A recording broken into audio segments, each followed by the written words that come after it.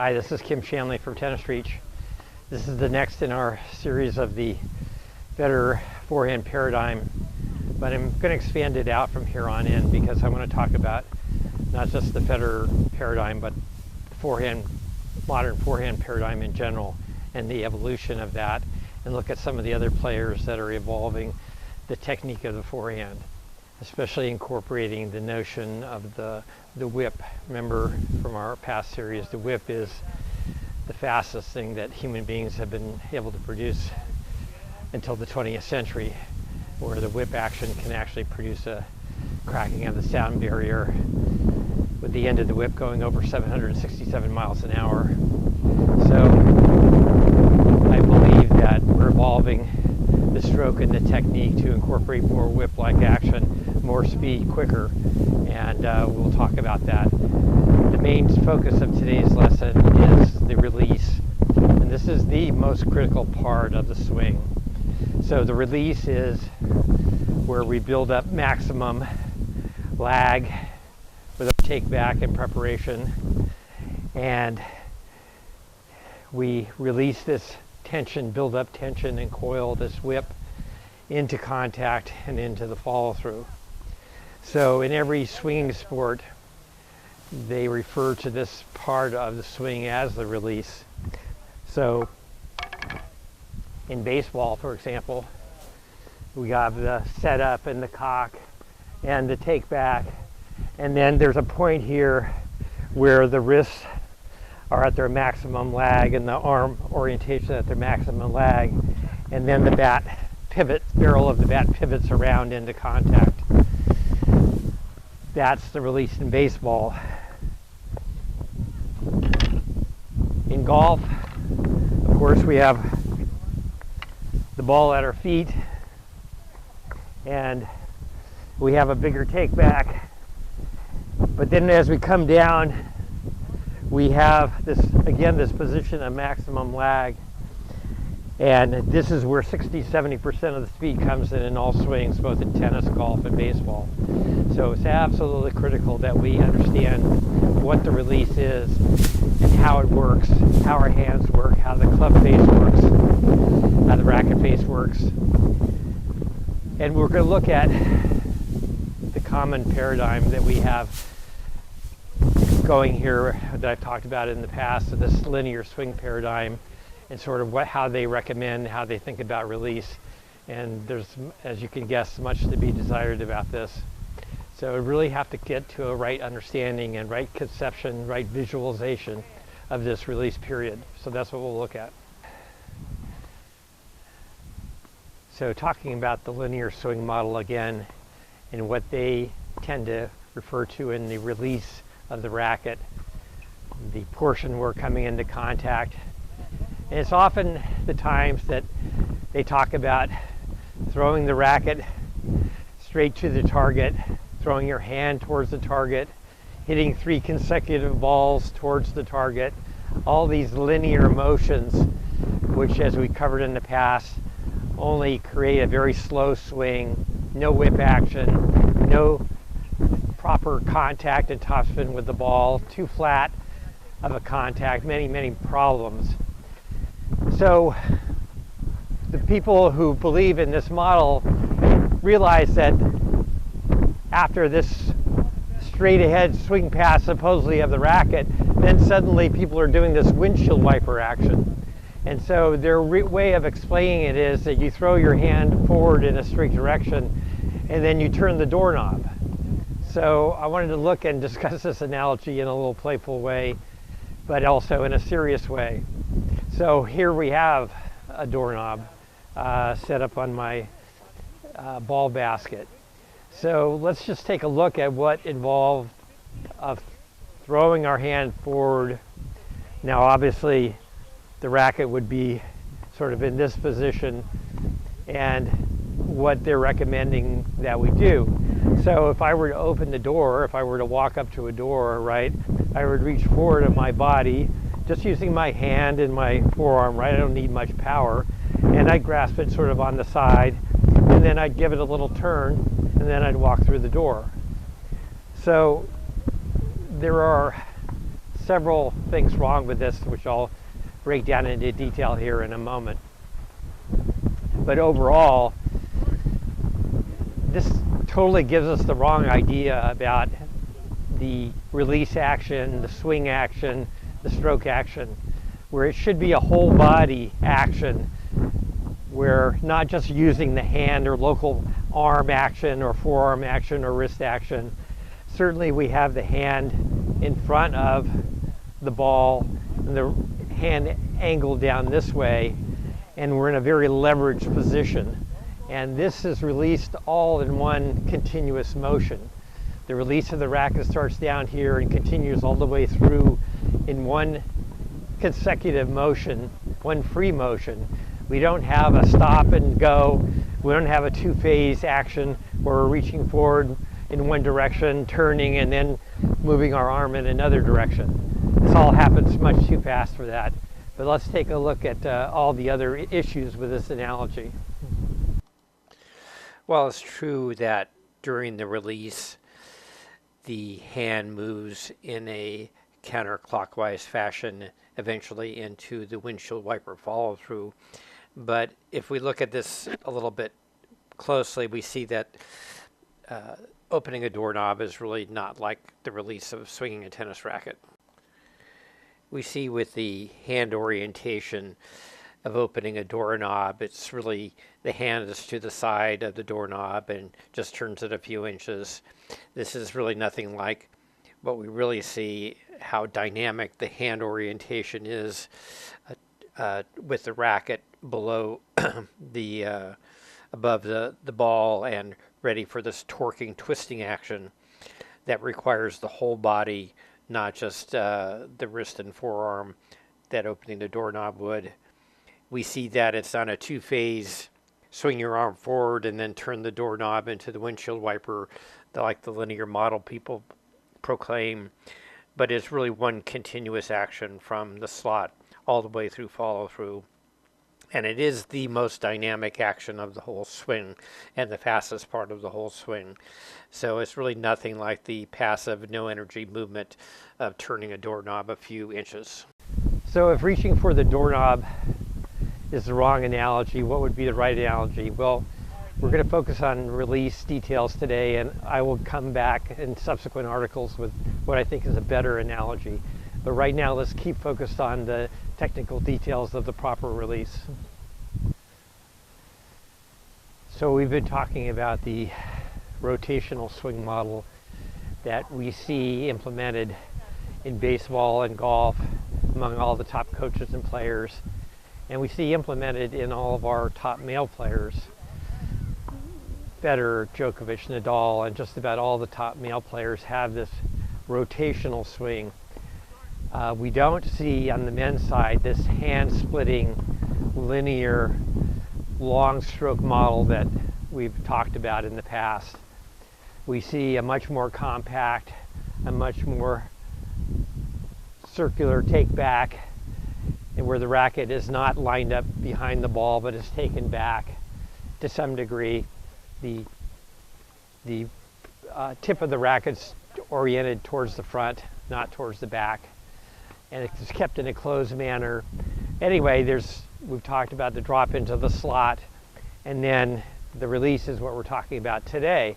And we see that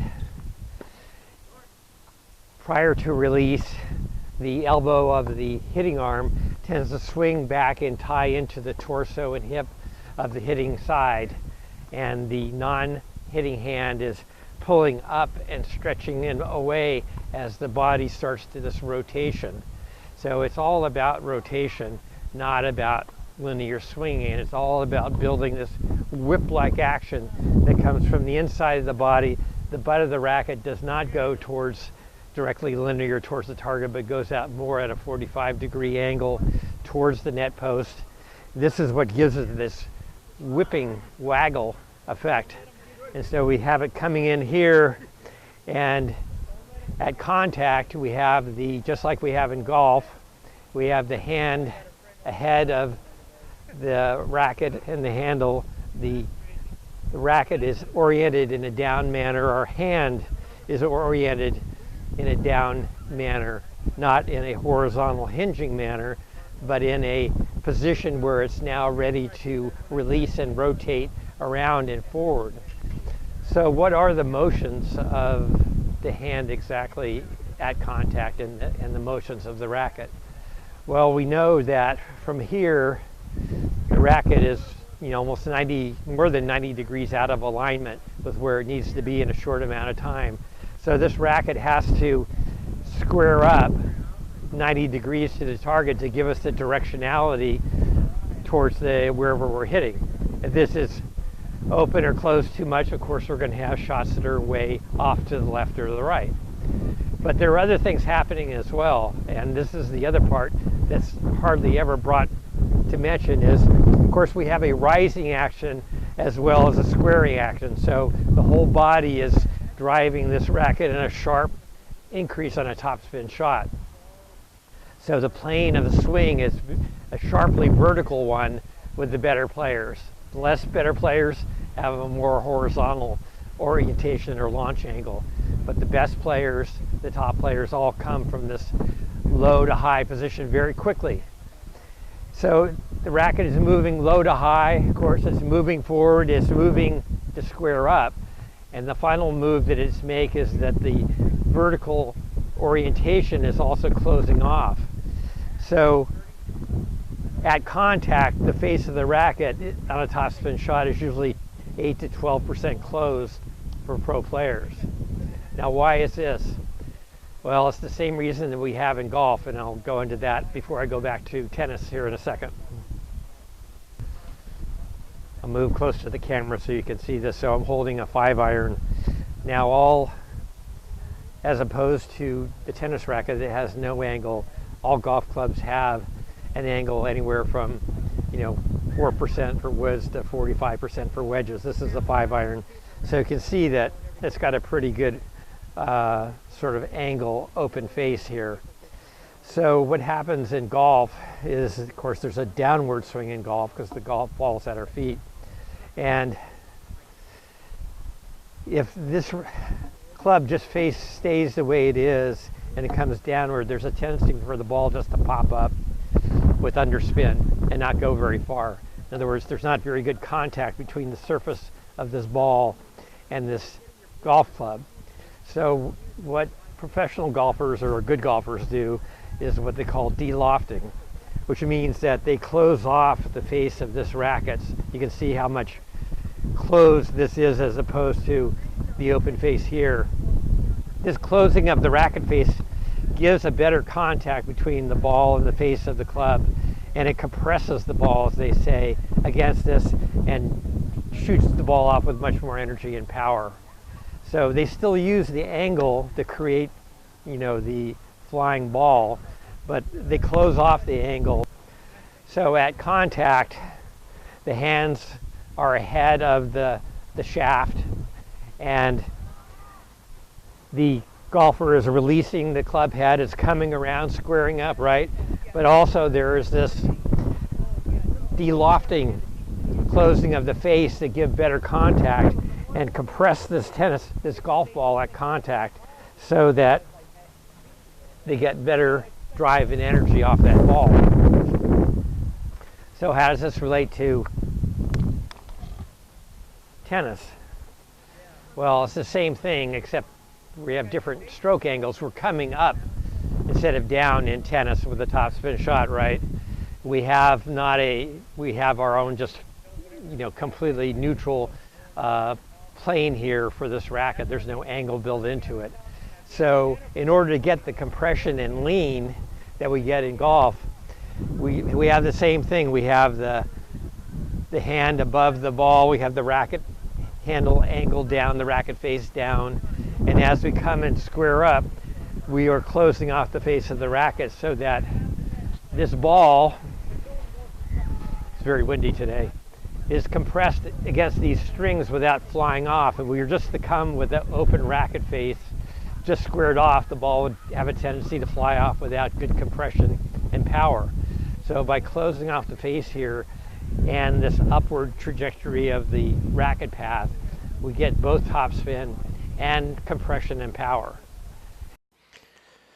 Here we see Rafael Nadal, an example of what is the equivalent of shaft lean in tennis, except of course it's racket lean here with Nadal. Several pros, but almost every topspin shot, backhand and forehand, will have this closed face angle, except for, of course, some that are missed. And sometimes the angle of the racket can be too close given the angle, sometimes too open, and we get unforced errors. But the ideal, as the tennis scientists in Australia have studied, is for the topspin shot is a sharply rising swing path and a closed racket face, 8 to 12% at contact. Here we see the big three of tennis with this closed racket face. It all depends on how vertical the swing plane is as far as how close it is, but typically on a good topspin shot it's closed somewhere between 8 to 12 degrees. And remember again that this release, once we release, the key word is release. We're not trying to control anything. We do all of our work in preparation, setting the swing path, and once we're there, we release all the way through to follow through.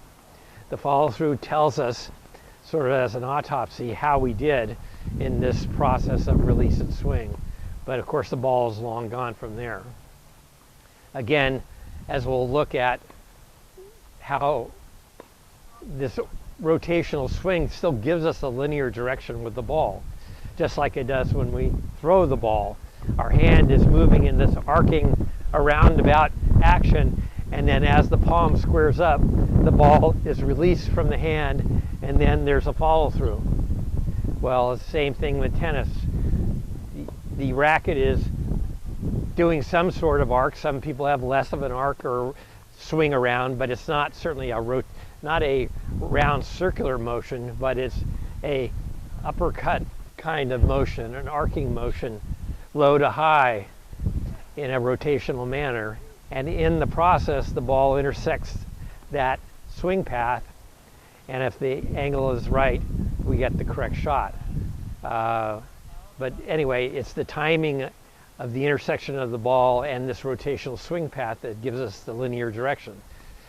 And this is contrary to what most common sense people believe, which is in order for me to get the ball there, I need to line up the racket behind and move the racket through in a straight path.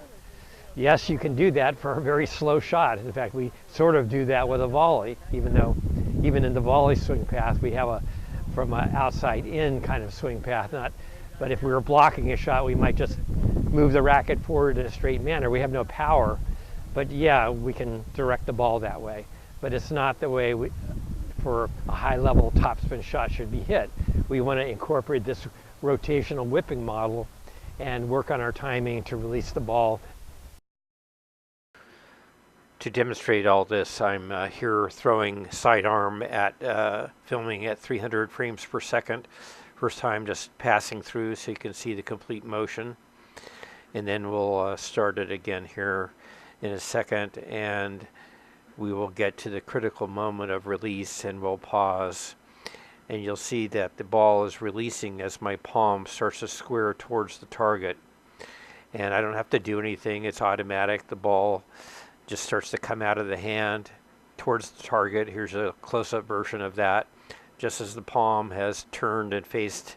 But notice that the arm continues around in the rotational action after the ball has been directed to the target.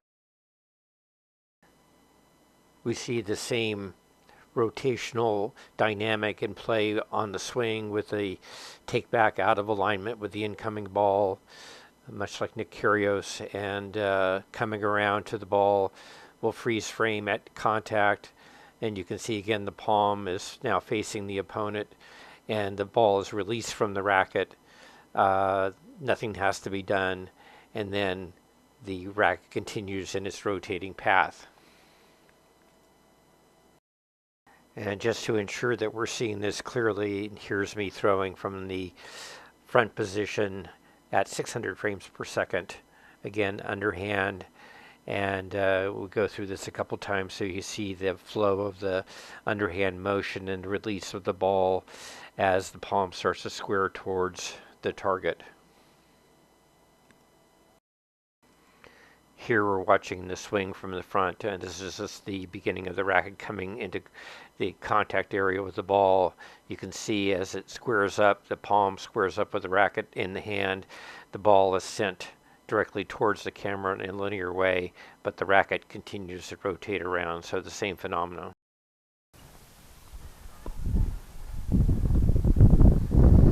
We'll talk about the evolution of the forehand technique in subsequent articles, but briefly, we started 40 or 50 years ago with Jimmy Connors and John McEnroe with their sort of split hands, straight back, linear action, continental grip, and was much, kind of a swing through like this. Then the next generation with Agassi and Sampras, Agassi was sort of up here and Sampras up here, but still this take back, long take back, still kind of a combination rotational linear action. Then with Roger, we have much more of this rounded whipping action, still a little bit of a swing around. And with Nadal and the new generation, Kyrgios and Sock and other people, we have much more of a more compact whipping action. And Kyrgios, the Australian player, basically sets up something like this, where the racket tip is slightly up and pointed forward, and he can produce this whip action very quickly, or he can take it back for a bigger swing as well. But I think this is the evolution that I want to talk about, and I'll try to demonstrate a little of. I've been working on my own forehand while I've been talking to you about these things, and I've worked on a Federer and a Nadal version, and now this is my Kyrgios version for what it's worth. Just a quick look at the Nick Kyrgios forehand. Nick Kyrgios, the #1 player from Australia, has had some big wins on the tour. He's still a coming player, but his forehand has gotten a lot of recognition as being an incredibly compact, whip-like, powerful stroke. And you can see here that his orientation with the racket is forward, it's taking it back in a whip-like manner, and he releases it in a whip-like way. So he's able to produce incredible speed, racket head speed and power in a short amount of space. Here we have me hitting 3 Nick Kyrgios forehands as well as I can. I've been working on different models, the Federer, Nadal whip forehand model, but in the last week or so, I've discovered Nick Kyrgios, and it's has an electric kind of effect, explosion, whip-like release that I really like, and I'll talk further about this as time goes on.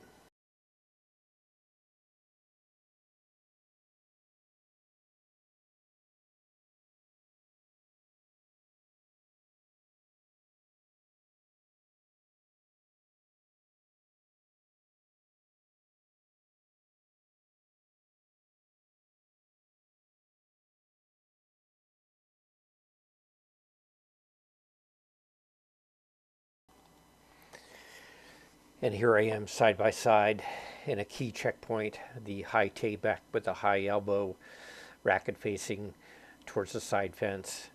This starts the whip-like motion that Kyrgios has.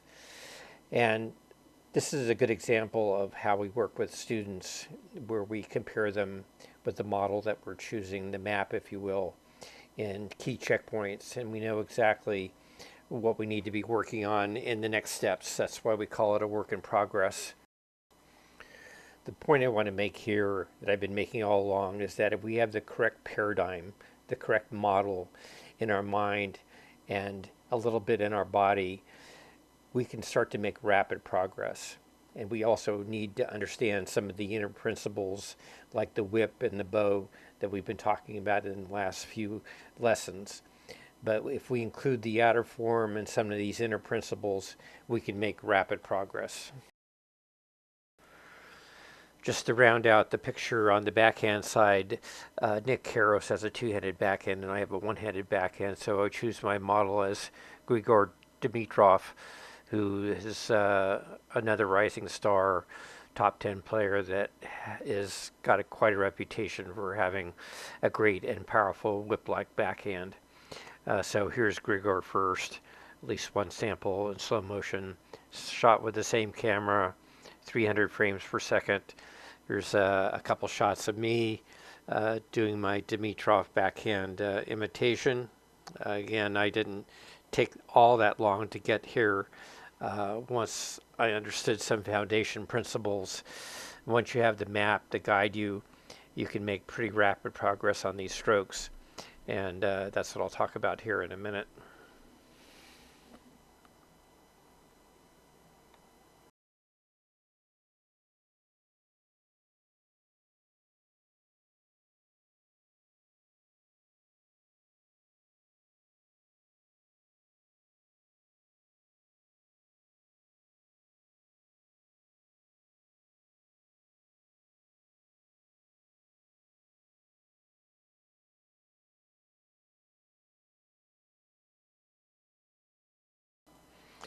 Putting the student in these side-by-side positions at key checkpoints in the swing is truly revealing, and of course here is no... As usual, we've covered a number of different topics in some amount of depth, and you may be wondering again, so how do I apply these ideas to my game today? Well, let me say first that the main and most important thing is you start to rethink this linear swing model that perhaps you've adopted over the years and start thinking about these rotational whip principles. Now that's a longer term project and we'll be having more detailed instruction on how to make that changeover. But today there's a couple things that you can practice and you don't really need to be out on the court to do it at first. And basically just practice the hand motions that are in this critical phase of release. So if you start at just about the time that you're going to release the racket, they call this the dynamic slot. And again, you want this elbow kind of tucked in, rolled in. Even if you have a split hands grip, you can start to adopt a bit of this whipping principle where the elbow is rotated in so that the butt of the racket is pointed out more towards the side. This will delay the swing around of the racket. And so you can start from here just with your hand and practice what are the motions that are going to be required. Well, we know that there's going to be a rise, right? If we get topspin, we need our hand to rise and the racket to rise. We need the racket to square at contact right in front of the lead foot, right? So we know those two motions. But the third motion that we typically miss is this closing off the top part of the racket, the more vertical 8 to 12%. And so it's a blended motion. It's a little, certainly more complex than this kind of idea, this swinging gate idea, but that's just the reality. It's just a little bit more complex, but it's not that complex. You can practice these things and you can quickly start to incorporate them in your game. So first thing to do is just in your living room and start to work out these positions, hand position, and how we're going to try to get the same kind of shaft lean that we get in golf. In other words, the racket's going to be behind us when we make contact slightly, and we're going to be in the midst of our rotation that includes both a horizontal squaring rotation and a tipping of the forward part of the racket to close it off motion. So the hand motion is going through something like this, and then you start to just get a little bit faster with your hand and with your racket and start to build this into your muscle memory, as they say. So rather than sort of always building this and hitting thousands of balls, you know, in this linear manner, let's start to work on the foundational pieces of this rotational model and this whip model. And that certainly is this blended. And you know, you look at my hand, it does not overly complex, right? And I'm releasing it in a continuous manner. I don't go here and then turn the doorknob or, you know, grab some doorknob and go in or anything like that. It's a whole body motion. And so as you get this motion with your hand, then you want to incorporate, you know, the hips and the shoulders and this pulling arm, because this motion goes all the way up. It's being pulled around by this lifting left shoulder and chest muscles. So now, this motion becomes, a complete motion that you're practicing, an accurate model. Now you can't go out and try this in your USTA match today or tomorrow.